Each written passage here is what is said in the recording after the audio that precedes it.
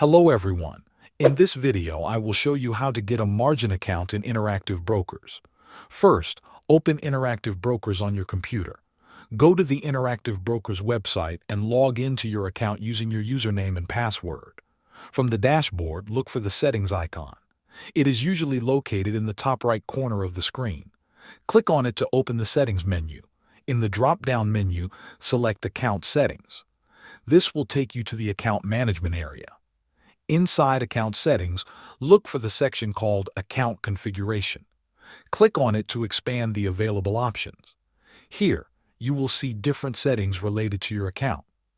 Now find the option called Account Type. Click on Account Type to open the details. You will see your current account type displayed, which is usually set to cash if you have not changed it before. To switch to a margin account, select the option to change your account type. Choose Margin from the list of available account types. After selecting Margin, follow the prompts on the screen. You may need to review and accept additional agreements. In some cases, Interactive Brokers may ask for extra financial information to confirm that you are eligible for a margin account. After approval, your account type will be updated to Margin. Thanks for watching.